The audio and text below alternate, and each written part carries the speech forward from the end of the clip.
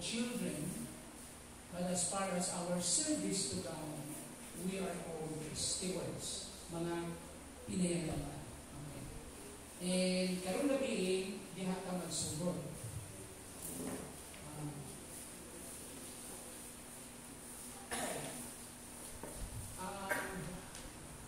I think sa Brother Marlon,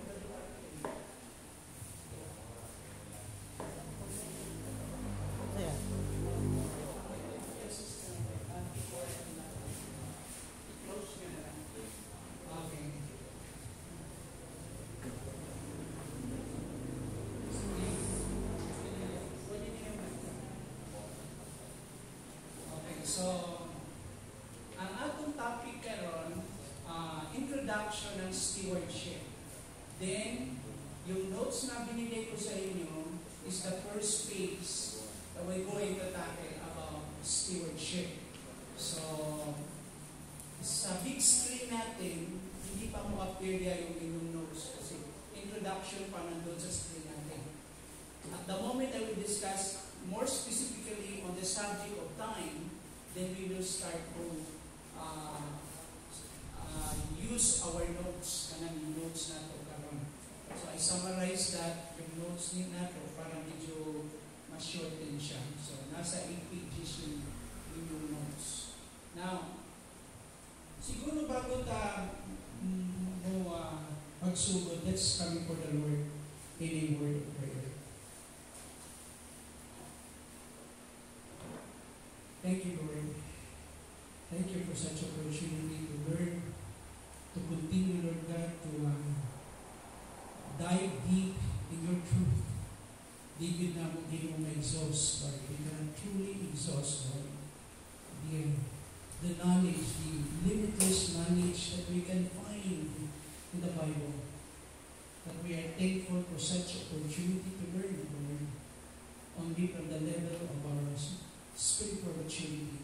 Continue to give us light, fresh understanding, insights, Lord, as we continue to reflect and ponder upon your word. Tutuloy kami, ikaw naman magtutulog, Ginoo, kung kalabi, ang paubos kami kanino. Thank you, Lord, also as well for the blessings sa mga naghingapin mong grasya ng iyong ka. So we return to the honor once again in Jesus' name. Amen. So, karuntak na magsugod ta sa atong pinaka-main focus sa Bema judgment and stewardship.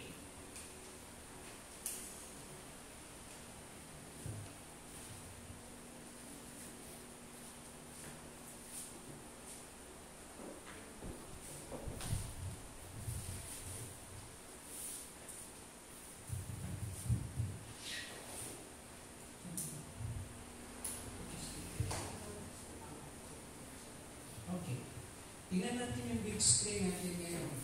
Diyan sa ating, nandiyan sa ato ang USB, ano lang po.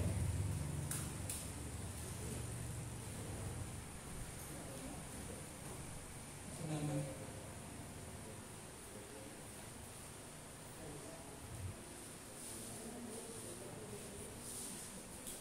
Bema judgment and stewardship.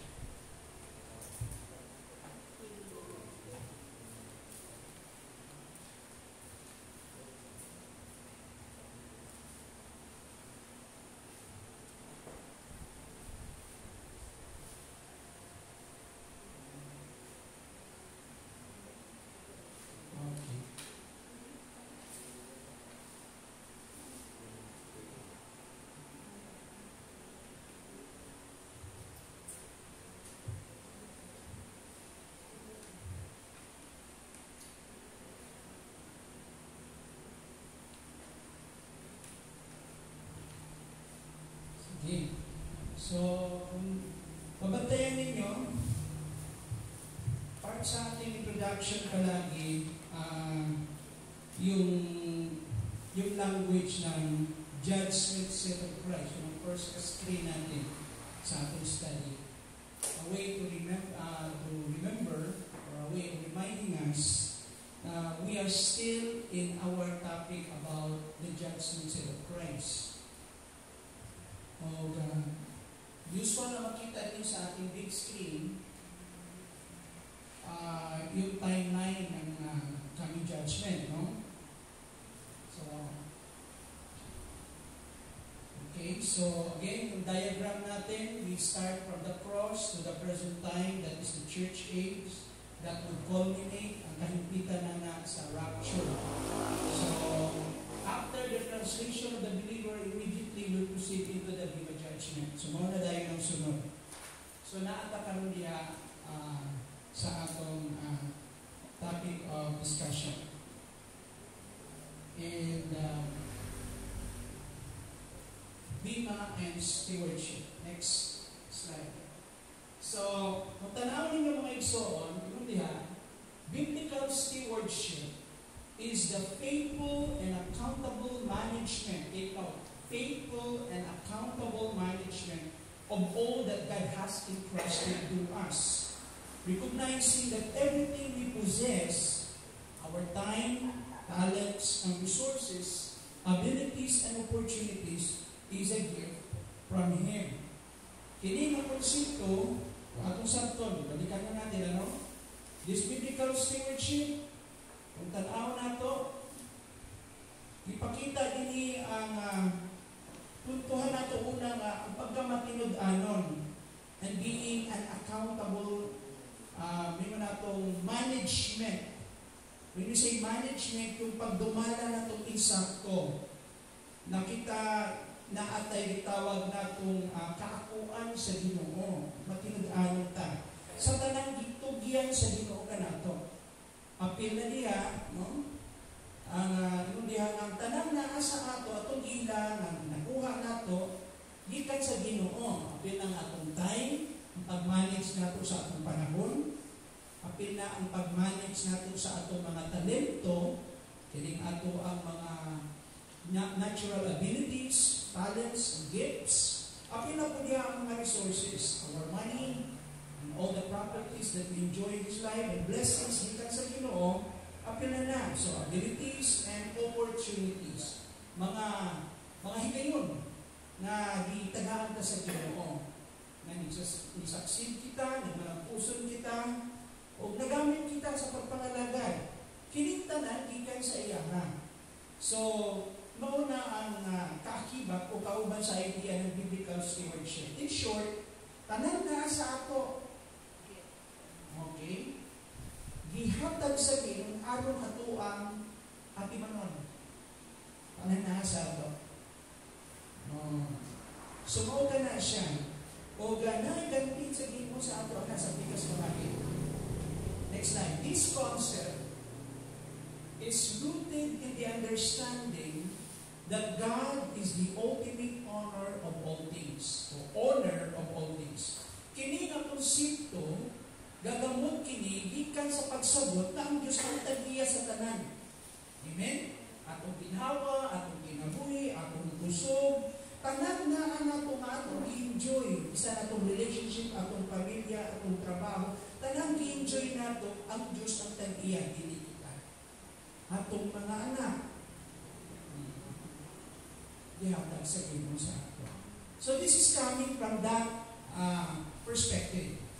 So as stewards, isip mga pinilan, we are entrusted with the responsibility to manage His creation wisely in alignment with His purposes.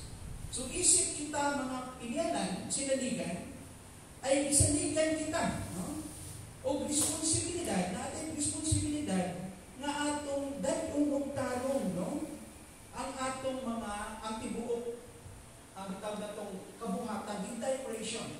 Remember, with this idea will bring us back to Genesis chapter 1 na atay gitawag na itong cultural mandate. Take care of the entire creation. Gitagaan sila nung nagsunod siya dan, yung garden, remember, si Eve. O makita nato na they have to be a good steward of this kind of privilege and blessings we have sa Ginoo. Yun sa Ginoo, take care of the garden and all the creations. So I've given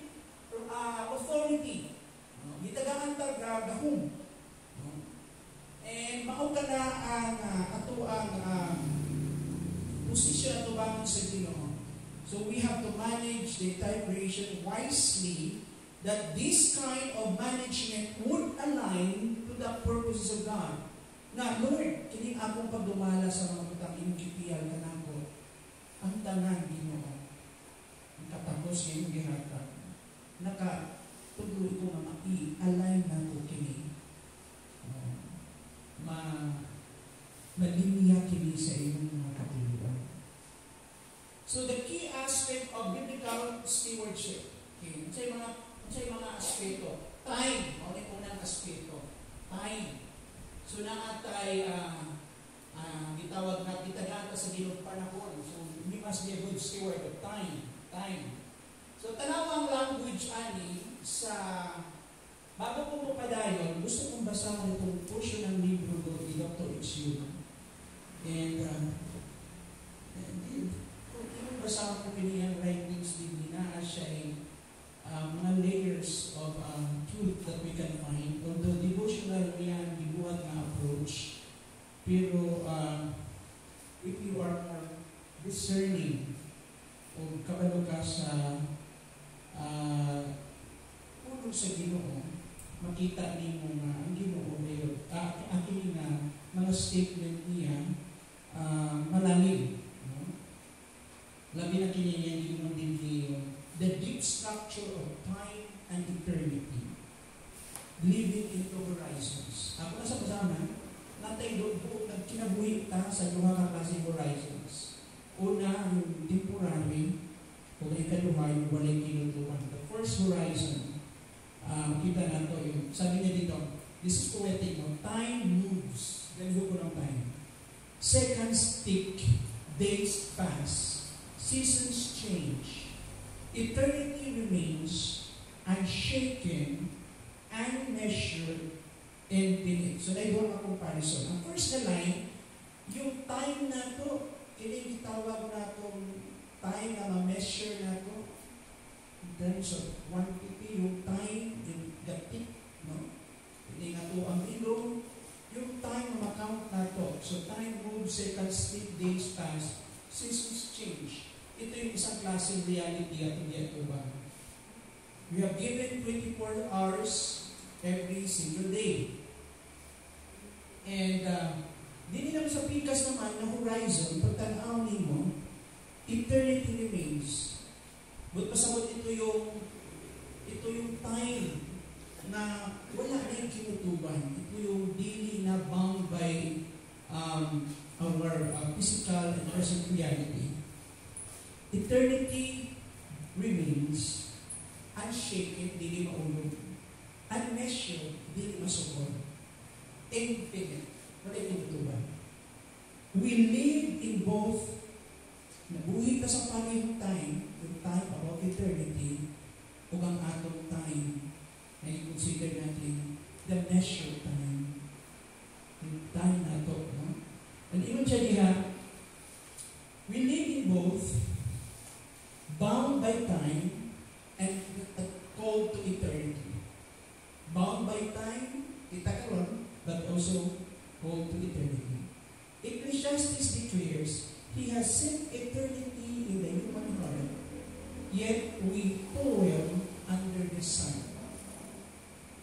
Gibutang sa Ginoo sa atong mga kasing-kasing, yung reality ng eternity. We have that awareness about eternity. Na ay realidad dito sa pikas. And yet, agaw-agaw bahalo ka. Diba? Sa atong paningkamot. Sa time. Devotional ko. Kung ibutan ang gini siya, this is very deep. Ingon nga diha, Christ bridge go. Ibig sabihin si Kristo nag-provide ng taytayan, aning duha klaseng time. Yung eternity, wala inutuban, walang atong time karon. Yung ato ang gitawag na atong measured time. So si Christ, He was born in time, revealing eternity, crucified in history, opening forever. Mao ka na. So we should not lose sight of forever while busy in today. We should not lose sight of eternity. But at the same time, while we are busy today, do not ignore today while longing for forever. Time and eternity are in grace in Christ. So must you live these two horizons. So, ato tanaw ka na, kung nato karoon ng time, let's study more about this time. Okay. So, over the years, sa padayo ng pagtuon sa Biblia or exposition, I came across ano ng mga passages na importante ka. This is also product of my tawag na ito mga previous studies, especially if you do a book study in Ephesians, o sa Ecclesiastes. So, ato na lang sa Ephesians 5:15 to 16. So, I'm going to use the lens of Philippians 5:15 to 16 and how we're going to understand time. It encourages believers, this passage, encourages believers to redeem the time. Atong tubson ang panahon. Why? Because the days are evil. Very clear sa Ephesians 5:15 to 16. Atong tubusin ang panahon tungod ang mga adlaw dautan. Emphasizing the importance of using our time wisely for God's purposes. So, the idea ng Ephesians chapter 5 is how to live our lives. Okay?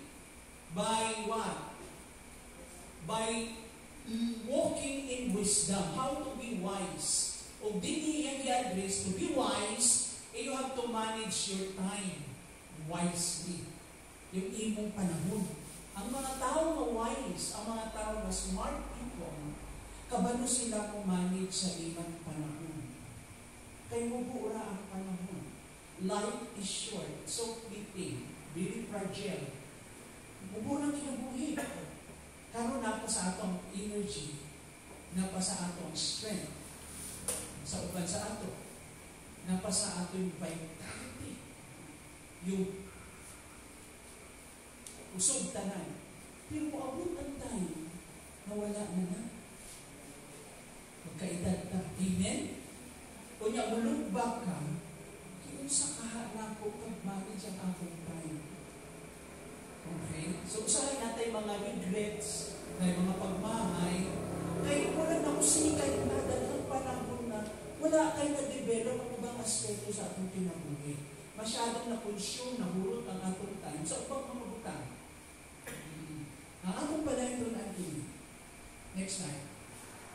Ephesians 5:15 to 16. Kaya, be careful. Sa translation, live circumspectly. Be circumspect. So, live circumspectly or be careful.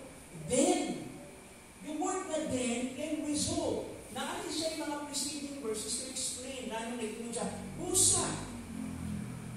Kunya, mauna din. Magkinabuhi dahil ka mga ingon diha, mainampinon. Nga naman, kaya ang context ng chapter 5 is to live our lives by imitating God. Ito yung being imitators of God. Yung nagkinabuhi ta nga, atong imitate, gisunod, gikopya ang Ginoo. Sa usang paagi, magkinabuhi ka sa gugma, magkinabuhi ka, yung mga preceding verses sa ito yung mga nauna. Yung pag-abot tayo din be careful then. Muna tayo sumpay, how you live. Magmayunong ka sa iyong pagkinabuhi. Di isama sa mga buang-buang. Not as unwise or foolish, but as wise. Sa usang paagi ka magiging careful. Verse 16, making the most of every opportunity because the days are evil. Yung word na making the most of every opportunity. So, yun is good and it is opportunity. Pagaya ta, we discuss more methodology more. Sa 16, tanawang iba-ibang translation from King James to NASB, okay, tanawa ang paggamit sa language. Ang translation ng King James, ang ginamit niya, redeeming the time. Whereas, sa NASB, parehong literal translation, sa New American Standard Bible, ang kanyang translation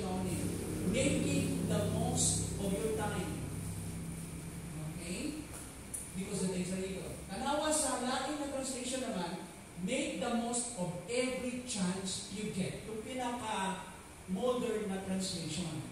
Make the most, pahimos ni. No? Tanang hikayo na makuha mo. Amen? Pahimos ni ayusin. Pahimos ni tanang hikayo na makuha mo. Make the most of every opportunity. Okay, tanawa ang Cebuano. Ayuha paggamit ang inyong panahon kay daotan kining mga adlaw. Yun ang reason. Busa, ayaw ka mo pagpakabuang. Paningkabuti noon na masabta ninyo ang kabubuton sa Diyos. Notice yung ang point din at pagkinabuhi, no? Na maalamon na pagpahimunos sa atong paggamit sa atong panahon ay ingon niya mga igsuon, kauban kini sa India sa tumoy, nalingon din nga, ingon na paningkabuti noon na masabta ninyo ang kabubuton sa Ginoo. In other words, yung connection din sa paggamit ng time, naka-align ba ang atong paggamit sa atong panahon para sa kabubuton sa Ginoo? That's the thing. Next screen. So, ang title pa lang ito, may induction pa man ka. Okay?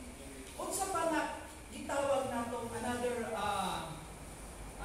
element na ito makita din as being a good steward. Yung pag-atiman po sa atong talents and abilities. Natin mga innate or natural abilities and gifts. May dahil na talit ubang mga kanta, mga musicians. Ang uban, daghan silang skill. Doon ang klase yun, na kay natural skill, na innate, no? Na ananimo, na ako'y mga acquired skill, kanang makakunan mo mga talento na nagdibelo. Ang uba naman na, sa ila pang dibelo. Depende sa klase ng mga talento o abilidad. Huwag ilabot yung gifts na binigay ng walang spirito. The gifts, the spiritual gifts. So we discuss more about that, no? Huwag may bawain yung sanang lilig na ito. Are we continue with this? Or decision is when it comes to the spiritual gifts? Isto talaga na ako.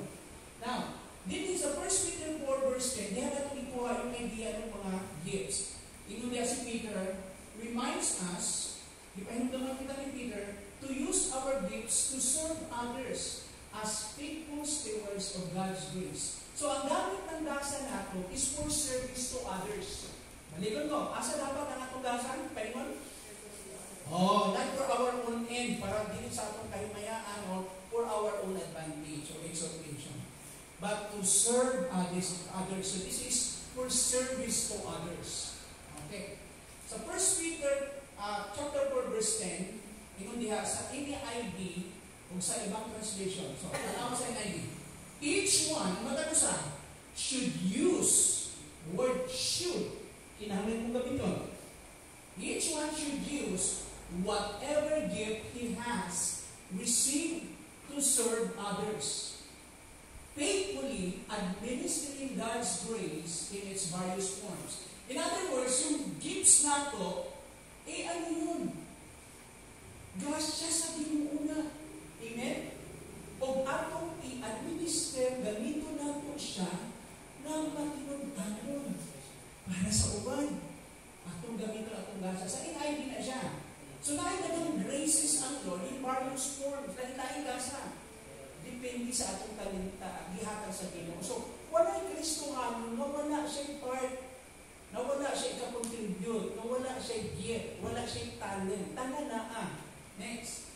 Sa ibang translation sabi dito, as each one has received a special gift, take note, special gift, employ it in serving one another as good stewards of the manifold grace of God. No? At gamito nito kini, no? Sa pag-alagad nito sa uban, isip ko sa kamaayong pinayalan sa mga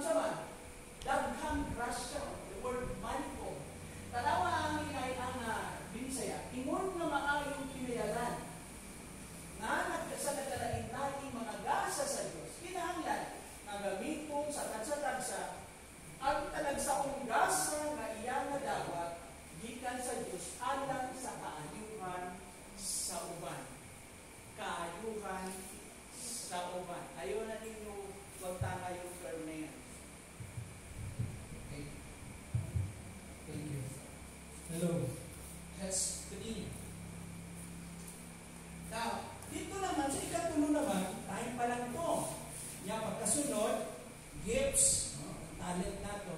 Ikatulo, resources and finances. Ano naman? Proverbs 3:9 advises, honor the Lord with your wealth and with the first fruits of all your produce. Highlighting or emphasizing the importance of managing our resources in a way that honors God. Napay dito rin sa Luke chapter 12, 42-44. Ipakita naman ito din, pagiging maayong pinayala nato sa atong mga resources, sa mga bahandi, mga kaitangan, atong mga panalapi na gihatag sa Ginoo kanato. Okay. Sabi pa nga sa chapter 3 ng Proverbs verse 9, pasidungki ang Ginoo, pinaagi sa paghalad kaniya sa labing maayong abot sa imong yuta. Okay. Next. Opportunities. Atong tan-awon po sa mga opportunities. Yan. Colossians 3, ingon din mga igsoon, teaches that whatever you do, work heartily as for the Lord, not for men, encouraging believers to seize opportunities to serve God in all aspects of life. Ingon diyan mga igsoon. So, ang itutuloy din na pag nagtrabaho mo, pinasingkasing. Nasa Ginoo ninyo gibuhat kini o dili sa tao. Didasit kita na atong bukton kini, lakon nato kini ang mga opportunities sa pag-alagad nga sa Dios, no? Opportunities to serve God sa tanang aspikulo sa kinabuhi. Now, Colossians 3:23-24, whatever you do, work at it, work at it with all your heart, as working for the Lord, not for men. So, ang mga Kristohanan, one of the principles of work, ito yung mga principles of work, is we work for the Lord. Panalitan, panday ka. Construction, ano ka, anong siya tawagan na contractor, worker, sa padiha. You're doing it for the Lord. Engineer ka, lawyer ka, doctor ka. And whatever provision we are into, we have to do that for the Lord para sa Ginoo. Isang yaya ka pa, o nani ka, gakiman kang bata, imong gibuhat ka na para sa Ginoo. Ibig sabihin, when you do it for the Lord, you have to give your best. Sabi nga niya, since you know, kung kinasayod ka mo, verse 24, that you will receive, take note, an inheritance from the Lord as a reward. Nasayod ka mo, nga mudawat ka mo sa man. Inheritance, inheritance. Panulod doon, gikan sa Ginoo isip ganti. It is the Lord Christ you are serving, ang Ginoo. So pananglitan, na short change ka sa imong previous na trabaho, niya, wala kaayo ka na tagaing compensation. Bisan separation payment lang. Niya, usahay, mga tao yun, take advantage yun. Niya, imong feeling mo na o nausik ang imong services yun. Ayaw ka mo na na makita sa ibabaw. Amen? O siya matinag-an mamuganti sa imong ginagawa. Okay? Dili ko pasabot na dili mo i-wahaw ng imong ba't nga ng imong rights. Ay mga panahon usahay ng tao na makaingon ka life is unfair kung sa pili lang sa kalibutan. Pero mga iso, wala ang tulog ng Diyos. God is always fair. God is in control. Kung naman dinubutan ng Ginoo, na-asya ka tulungan. But it doesn't mean na hindi ka mo effort, pero sa kananin mo mapalit ka mag-usahan.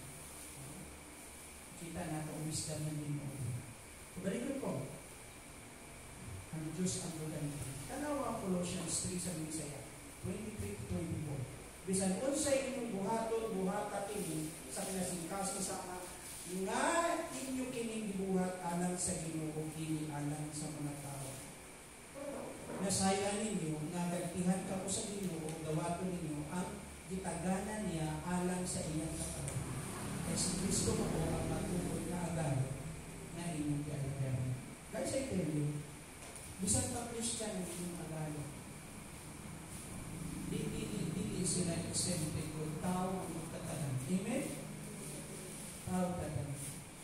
So, dito doon kita perspektibo, kandang tao na dili ko tanaw sa tao. Dito pasabot ng iyong ni mo, ito relate ni mo dili. Ang point lang din, ayaw ibutan diha tanan ang imong mata kung dili dito sa Ginoo. Okay. Dito sa Ginoo ka mo tanaw. Now, principle of stewardship. Ato tanaw, next slide. Sa principle ng stewardship. Principle of stewardship. Number 1, responsibility. Tungod kay mga pinayaran man kita sa Ginoo, naatay responsibilidad. Sabot pasabot ng responsibilidad. Ha? Kaakuan. So, recognizing that nothing belongs to us, truly belongs to us, we are responsible for how we manage what God has entrusted to us. Atong kila, na wala tay ato God. Okay, busa natin responsibilidad kung sa unsa natong dumala ang tao isalig sa Ginoo kanato. So naatay responsibilidad. Muna principle of stewardship. We have responsibility. Asa ta na responsibilidad? Una, sa Ginoo. Number 2, naatay accountability. Accountability.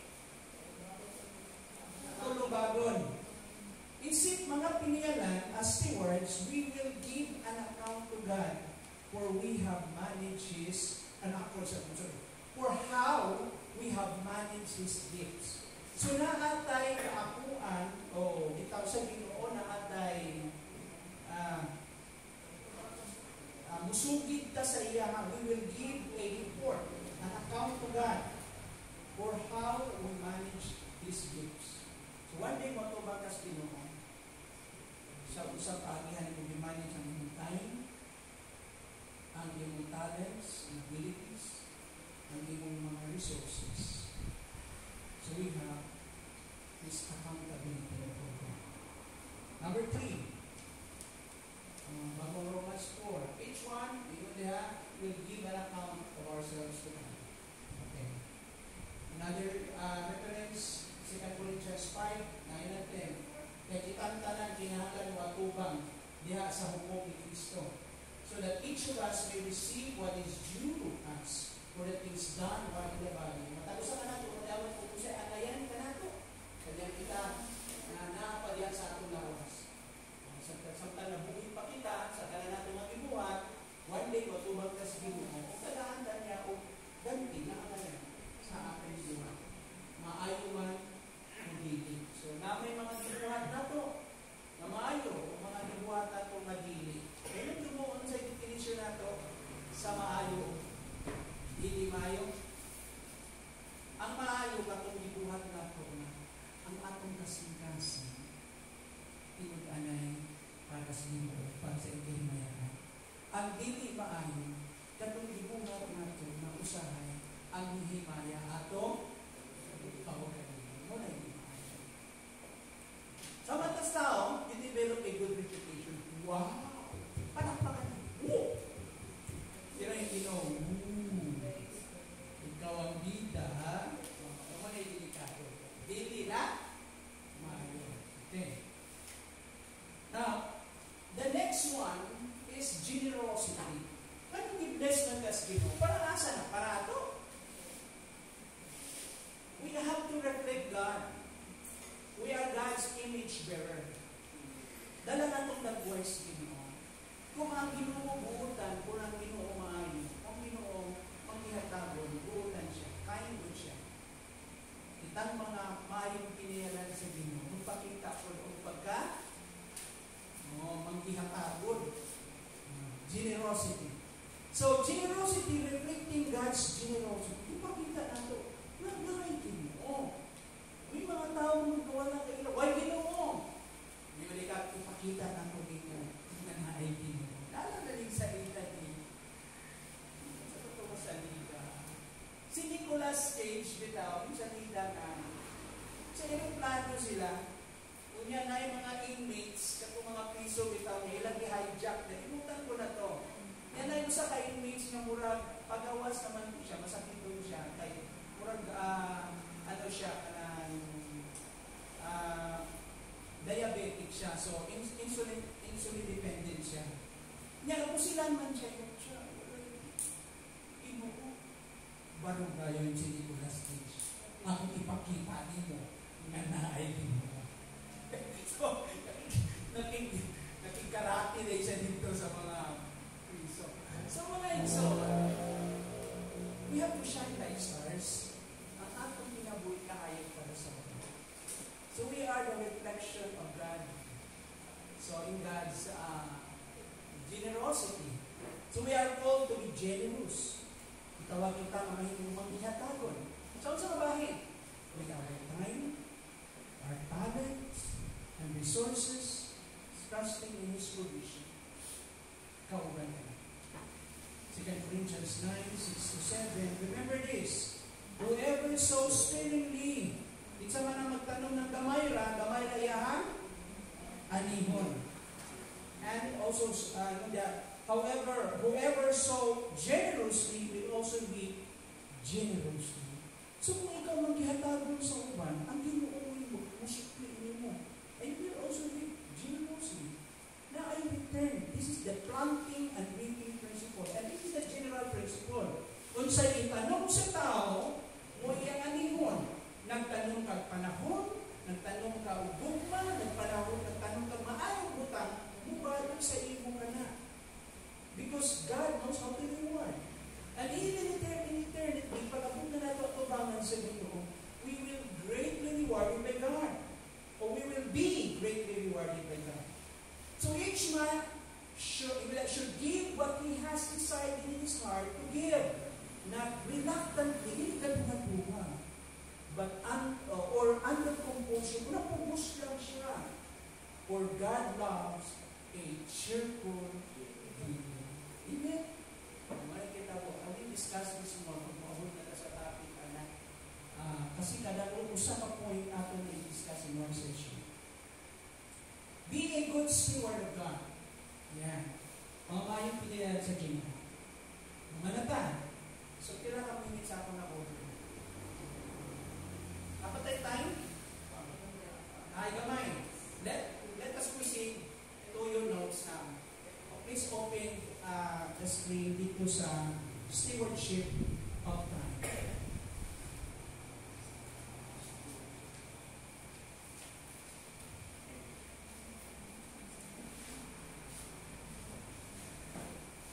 Stewardship of time. Atong tanawon karon kini. So dala pa atong notes karon. So atong tutukan karon ang time. Okay. Stewardship of time. Unang makita nato sa ato ang pagtuon ani, ang unang point diha sa inyong notes, recognizing time in biblical framework. When you say framework, in the biblical structure, so dito sa mga pagtudlo sa Biblia kini, no? Recognizing time in biblical framework. Nakalato makita diha.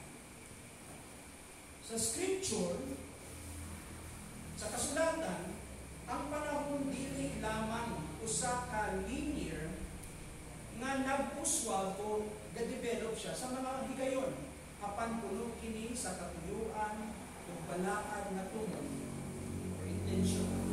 So in scripture, time is not merely a linear or line or straightforward progression of moments, but it is imbued or filled with purpose and divine intention.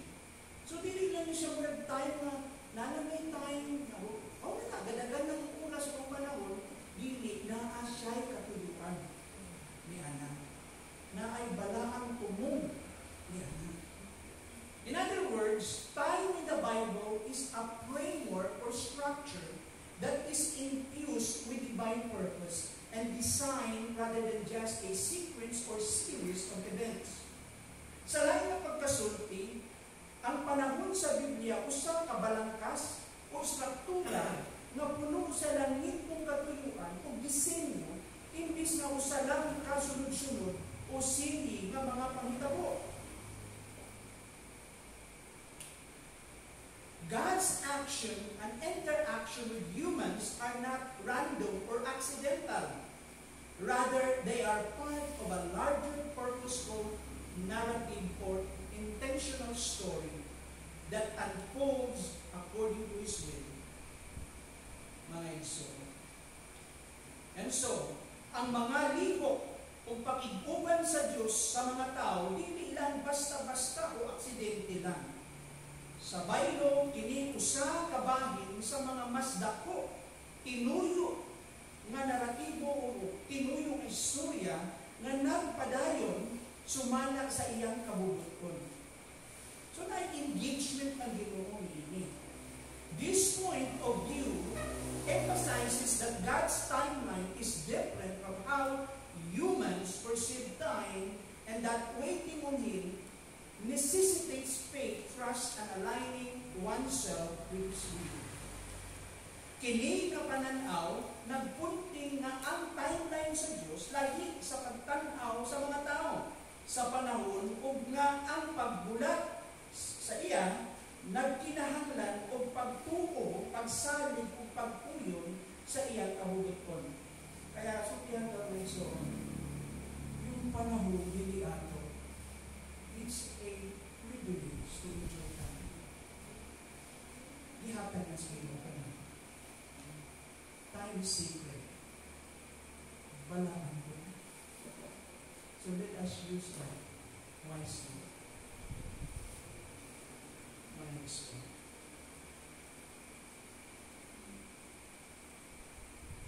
Okay.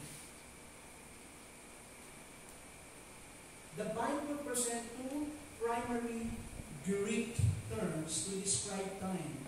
Doha ka Grigong time at makita diha. Pag inisgot at panahon or time, doha ka Grigo ang pinulungan at makita. The first one is Chronos and the other one is Kairos. Muna. Ang Biblia nagrepresentar o duha ka nag-unang termino sa Grigo aron sa pagbulakway sa panahon. Ang pulong ang Chronos o ang pulong ng Kairos. O ka na natin makita din ang konekson. Now, kung sa may ato mga tunan din kunahon natin tanaw ka ng usa. Chronos. Kung sa may Chronos. Chronos measured or sequential time. O ka niya ato mga libro. Kasi asa ka mag-nanay dito karoon din. Okay. Kauban na lang 24 hours to. Ang Chronos. Okay. Ang Chronos nagtumong sa kronolohikal o sunod-sunod na oras.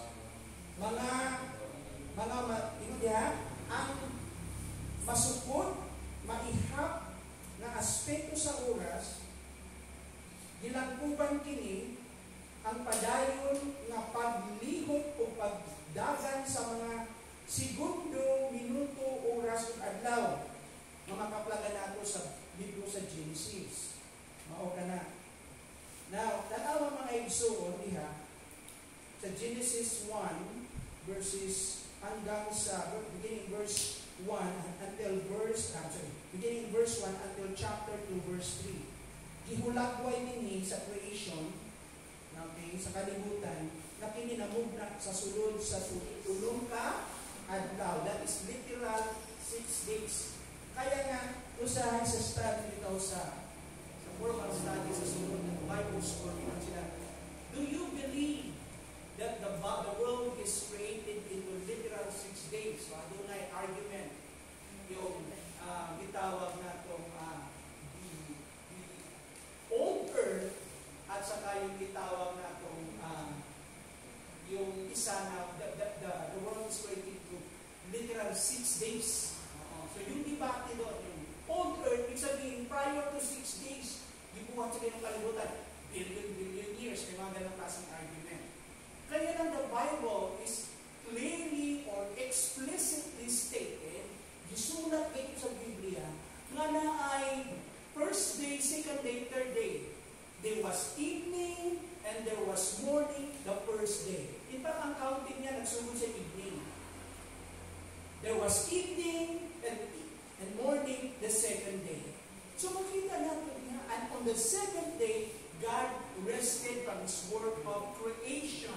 Very clear ang scriptures. And so, we believe na ang kalibutan i-create sa Ginoo for a literal 6 days. Kung gagawa ka ng study, aatras ka, ilang taon na ang kalibutan since then when the world was created until now. Pila na? We are now in 2025. From now, going back to the cross. But from the cross to the time of the flood, how many years? 2,000 years. From the flood to creation, how many? 2,000 years. So, more or less, we have 6,000 years. More than 6,000 years. Okay. According to the majority of the scholars, sa ilang pagtuon. So, mo yung word na chronos, ang masukod na panahon. Ang another word din na gigamit sa time, yung word na kairos, refers to what? Appointed or opportune time. Mga oportunidad. Gipili o gusto na panahon. Kairos signifies the right or opportune moment and appointed time in God's purpose. Unlike chronos, which is quantitative, kairos is qualitative, emphasizing the significance of moments and seasons. It denotes time when God's purpose is fulfilled or when opportunities arise for action. Ang kairos nagpasabot sa husto o angay na higayon. Usa ka gitakdang panahon sa katuyuan sa Diyos. Dili sama sa chronos nga masukod o maihap. Ang kairos nagisgot sa kalidad o pagkahalandon sa panahon o oras nga ang naghatag o gibugaton sa kahulugan sa mga higayon o mga panahon. Nagpasabot ini o mga panahon nga matuman ang katuyuan sa Diyos o kung kanusa bugawas ang mga oportunidad atang sa aksyon. Now, let's say for example, kitang tanan pareho ng atay 24 hours. Amen? So we have the same chronos, but we don't have the same kind of kairos. Ibigay mo?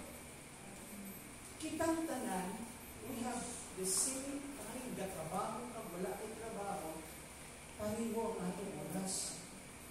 Pero yung oportunidad, ang panahon ng ginatag sa Pilipinas. You have to catch that opportunity. Yung di kayo nagyatag sa inyong kanina. Yung mga sabi. Kung sa'yo, di ba, maglibog na tayo, naghamit ang trabaho ka. Sige? Nga, kung ipahiluna dito sa 24 hours, ang tanan mong list of priorities, listan mo sa buntag, ako kayo matulog. Imagine that, breakfast, na matapos sa mga bata sa eskwelahan. Yan, mga in-between, nagkapakagumapon. Yung usay, yung tanaw, hindi ko ba ito, nalagin mo, hindi binigay mo 26. 24 hours lang din. Tingnan nyo, constant na, 24 is 24. You cannot adjust that. But you can make the most sa sunod ng 24 hours kung sa inyong natin. Kaya na ang challenge dito, mahirap hanapin yung balance. Yung cannot balance it. Hindi mo pwedeng tagaan lahat ng equal attention, lahat ng inyong mga priorities. Kasi isa lang yung katawan mo. Amen? What you should do? Kung sino hato na to, you cannot find the balance. You will almost experience imbalance. The best way is not to find the balance, but to find the rhythm. You have to create harmony sa tananin ng mga buhay. Hindi mang tingali ka makahatag o pinano na panahon, but at least you spend it right sa inyong mga anak. Pwede natin consume ang inyong sa oras kung nagtrabaho ka. E pag ulit mo sa balay ka, kung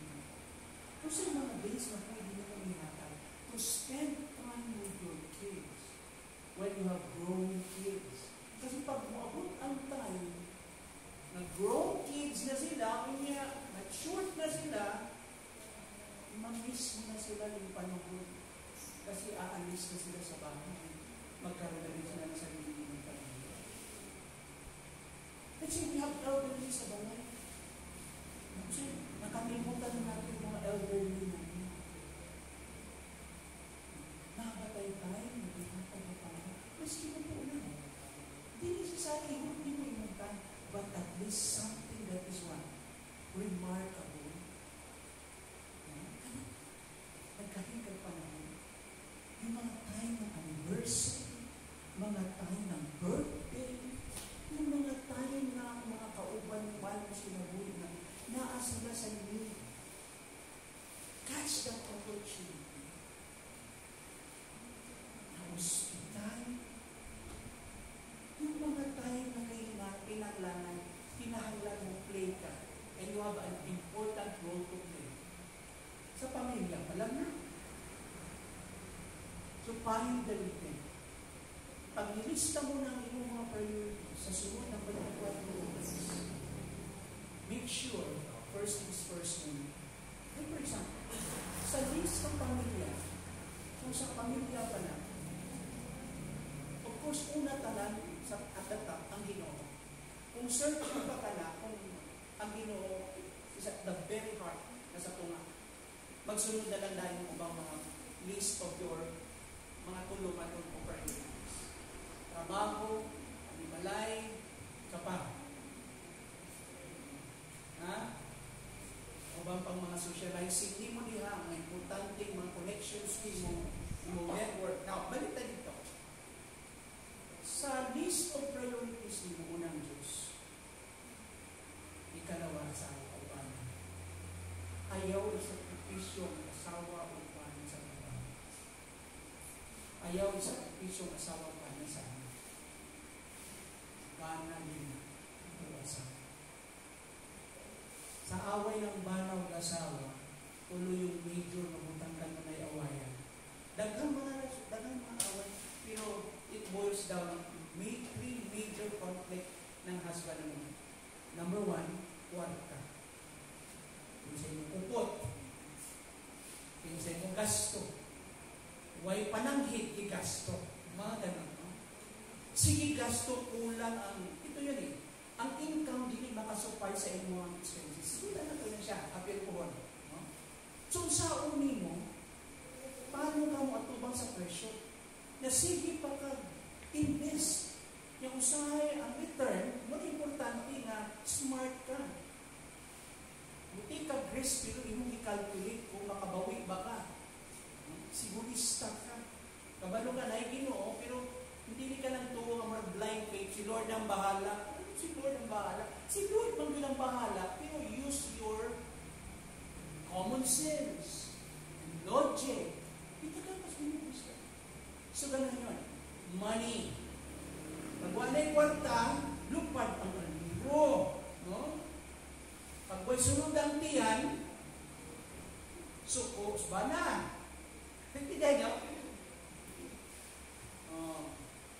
Si Bana rin sa ko. Pag may wala na pagkaon. Ako tanong ka mo. Kinsay makakita kanunay ng immediate need? Asawa. Mayroon nun sa kuryente. Mayroon nun sa abang sa balay. Sa tubig si asawa. Si Bana hindi makita na. Ang mga danggo ni Bana abot sa buwan. Hindi niya makita na. Mga ginagko yan. Pero yung mga mayroon ginagko, hindi makita ni Bana na. So, kaya wala mga bate. Si asawa. Away yun na. Kung ka na ba? Padapuli na. Kung wala yung accounting, mag-aana naman yung di ba ko naghatap ka? Asa naman po? Nito ka? Importante yung sabot niya. Kaya mo na talaga ang awayan. Ikano ha? Kultura na ito, mga amang manta. So, communication. So, hindi ka mamustorya ang Bana. Kailangan mo birahon ng dila ba? Kini na sa'yo. Ang asawa ko, sige, istorya. No? Yan. So, na po istorya na tanan nato sa konteksto. No, karang, yung communication, pag pinag-ulit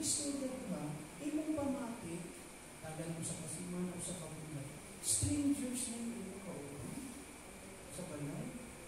Hindi mo na rin po. Hindi naman mumuhay po ng hita. Hindi naman siya sweet. Mga ganon. Niya, mabalitaan niya. Kasi madalas nga kauban. Nabinag sa opisina siya gawin. Sige, pabango. Siyempre, lahi man ang mga nagtrabaho ko sumuli. Kinapos yung tapos sa sunod na sa bangko. Nakakita ba kapag sunod mo mukhang bruha? Wala, God. Tanawin mo, parang pinagbagoy mo kami. Ayaw make-up tanan. Ang foundation. Pati buhok, tanawa. Umuusok ka ng barang-barang tanan ang buhok. Hindi nyo ba yan? Talagang, ano sila? O kasi hindi nyo. Papasok ka naman. Kasi tabon niya, pagunin mo sa balay, mga asawa, ng mga kabuhan. Maho pa siya. Niya, diba? Naadto ba tayo dito, ha? Tayo pa nga itong nasgutan. Communication. Pagbili na nag-istorya, kinahanglan ma? Istorya. Kinahanglan ng tayo, ano? Di ba kinahanglan mahal kung gusto mo sa buwas mag-date? Di ba? Kanagita, gusto ka mo sa'yo dito. Mahal man ang COVID, ang 100. Kahit naman yung ubay ka nun. Diba? Diba? Ikul pa yun, no? Na. So, okay, walang i-budget. Eh, parang gusto na pinili mo dito. Soft drinks ko mo, ha? Kaya kawa mo gupya. Okay mo na. No? Naintindihan nyo? Hindi mo kina-expensive yung time and story mo. Teka to, no? Let's practice. Kung sa to yung term ni Jory? Hippopotamus daw? Oh, hippopotamus. Okay. Ibig sabihin nyo, you know, sex is sacred. Sa marriage na. Kinahanglan na kay time. Sa pamilya pa lang na. Pailabot sa mga anak. Yan. Ilabot tayo sa anak. O sa anak naman. Siyempre, nakita na nas balay na niyan. Kauban nila kanunay barkada. Classmates. Mga barkada nila, silingan. Yang papa lang mama mulakaw sa balay. Pag-ulit, gabi niya. Trabaho. Parin yan, ha? Gabi na handstone kay wala yaya. Diba? Niya kung ikaw naman, para dili na sa mo ang anak mo, ay lumsa na lang mo sa gadget. Diba? So, alaw-alaw sa sige, tagaw TV ko, gawa sa yung mata sa TV. Niya, sige siya tanaw naman. TikTok. Nadagan na siya nakatunan dili mo. Notice, yung matingala na lang, hindi mo. Ano ka mamalikas, asa mo nagdikan mo. Ay, siyempre, yan may time to check. Nawalay control ko ng interview mo. Wala yung movie, may tawagan na. Tangang security ko, takal siya pamasyal sa kasa. Oo nga. Naghan siya mga palang dilibaw dito. Yung mga tao dito sa, wala may dilibaw ko na dito. So, yung time is very important. How to become a good steward of his parents. So, important yung time. Amen? So, yapon na tayo ito kanila ko example. Ano naman yung Biblia? Ang Biblia nag-proceed, sorry, sana. Okay. So, we're done with, yung po nga, yung Kairos. Tanawa ang mga language ng Kairos. Ecclesiastes 3:1-8. There's a time for everything na ay panahon good ang tanan. A season for every activity under the sun, under heavens, highlighting the appointed times for various events in life. Doon mo sa mo, itagaan mo sa ano yun? Ayaw hukdain mong time na i-sacrifice mo. Okay, for example, kung nagtrabaho ka, hindi naman kailangan galing ang trabaho sa balay. Kawas kung talagang gusto mo apasun yun, kailangan may mga deadline. Pero, good management, ito nakadala na ako magtrabaho ako sa company.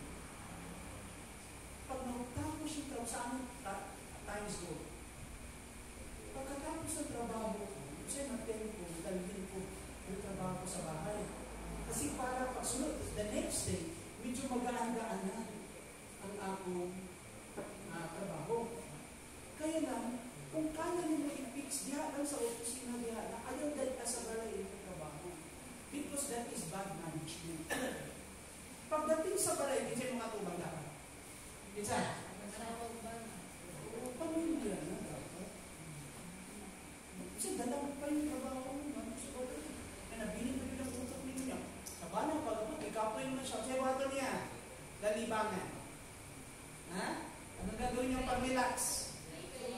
TV.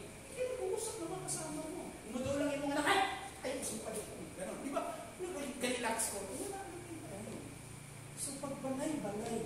So, lagi kaisip ka na sa imong ka. Okay.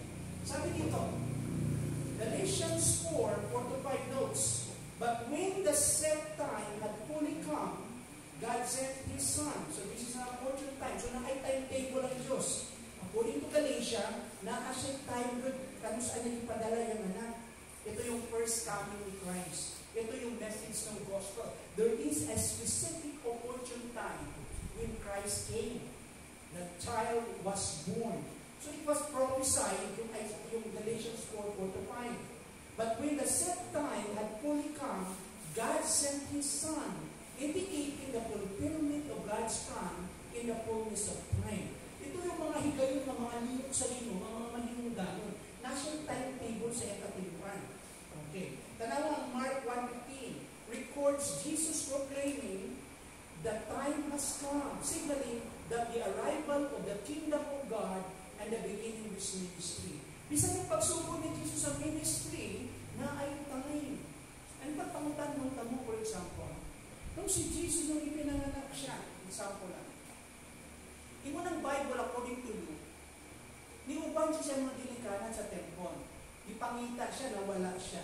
Nakaplagan niya sila, nila siya, na dito nakikistorya sa mga teachers dito, sa mga scribes. And then ilang giuban siya o balik pa uli. And according to Luke in his account, na-spend time with them, with his parents. Since then, from the age 12, wala tayong makita ng mga engagement ni Christ na kisgutan until niliche sa edad na 30.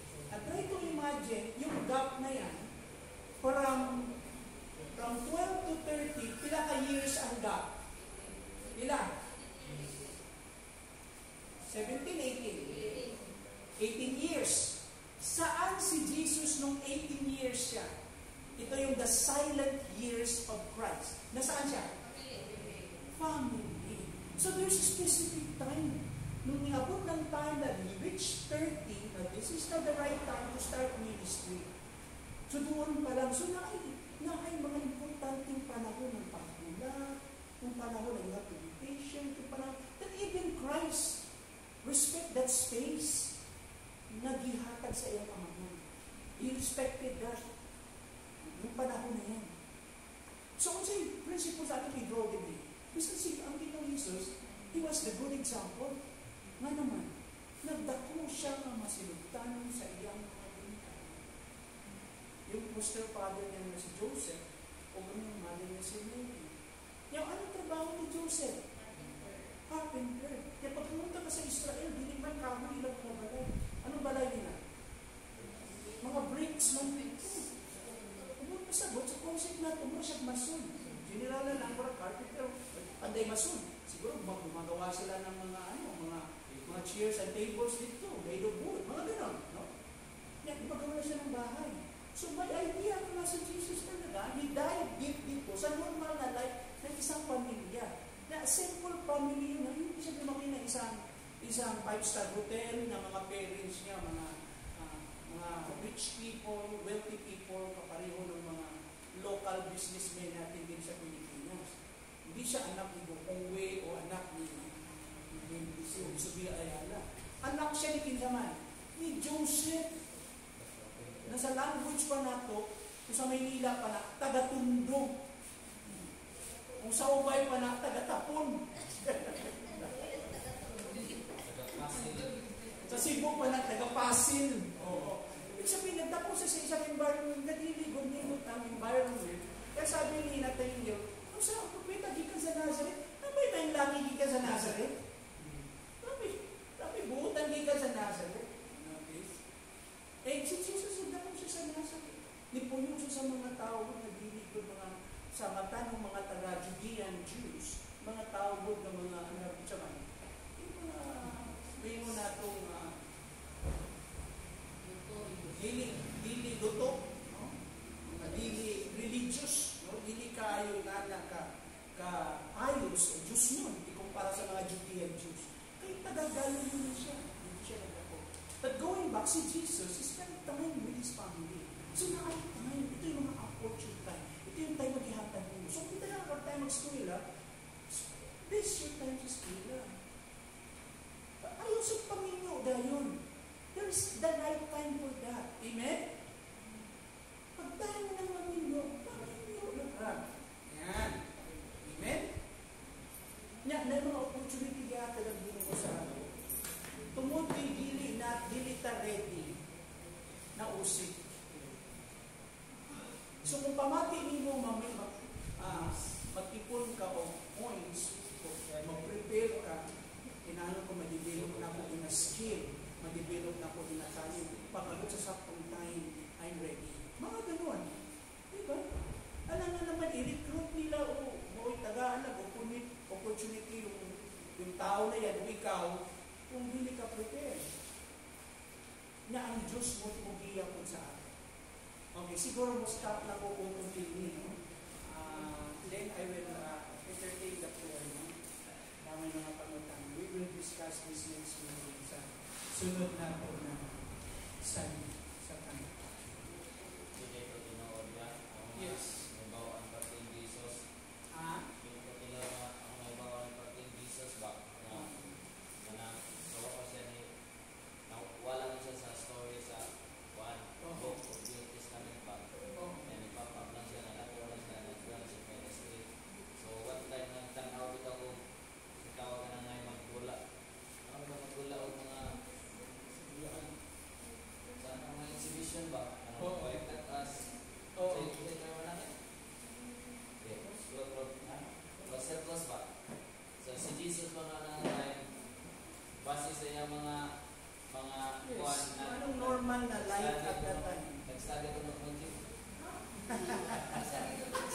Okay, sabi ng iba pumunta doon ng India. Alam mo yung mga tao, yung silent years ni Jesus, sa kalikot sa una-una sa tao, bisan kung sa isumpay na narrative story. No, dili kami ng kinahanglan mag-invento. Itagaan kaglo ni Luke. So, pasabot, sabi ni Luke, spend time with his parents. Nakagawa ka ng cultural historical background, pag-alalan mo ano bang isang normal na Jew. Ano ba ang isang normal na family Jewish family? So makita na mo nga, okay, yung Deuteronomy chapter 6, itutulong sa ilahan. So ano yung parenting niya. So ganito klase pagpadapon nila sa mga bata. So notice, pati ang ginawa ni Jesus ka na, last exactong time. Ang saling point na ito for this time. Pati manon na ito, ato pa naman. Ayun si nung bata-bata napasa atong halos ka na, di ba? Kung edad ka na, dapat selective ka na. Kasi ito yung tapo. Ayaw na niyo nga mausik ang imong oras for another years. Namurag tanaw nimo, stagnant ka, hindi ka na niyo mabungaw opportunity. So, pag nagka-edad-edad ka na, medyo tanaw na niyo, Lord, ayaw na uusikan yung pag-ibig. Yung sa itong mga bata-bata pa, okay, kami pala, as early as now, dapat ato na ihanay ang itong mga prayer. Amen. So, let's close this in. Salamat, Lord, sa inyo. Grasya ka naman sa mga pagtuon. Lord, we know, Father, that we always limited, Lord. We know that we always, Lord God, experience, Lord, shortcomings, mga kakulangan. But we are thankful, Lord, out of your grace, that you are the one who empowered us. Ikaw naghatag ka naman katapos din. Salamat po sa opportunity ng mga label kanina.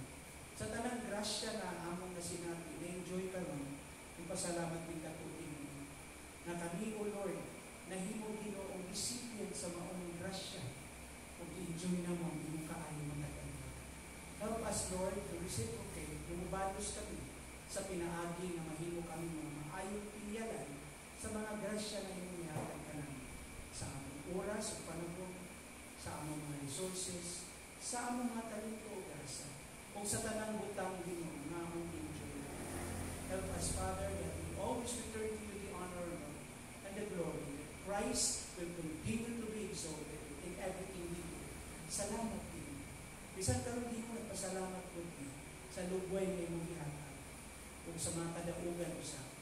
And Lord, sa among pagpamauli, bito na mo ang mga saad gikan sa imong puli. O Ginoo, nagpasalamat mo. Napadayon kami, Lord God, sa pagpangalakan. And thank you for that space and time na imong gihatag ka namin to continue, Lord God, to serve.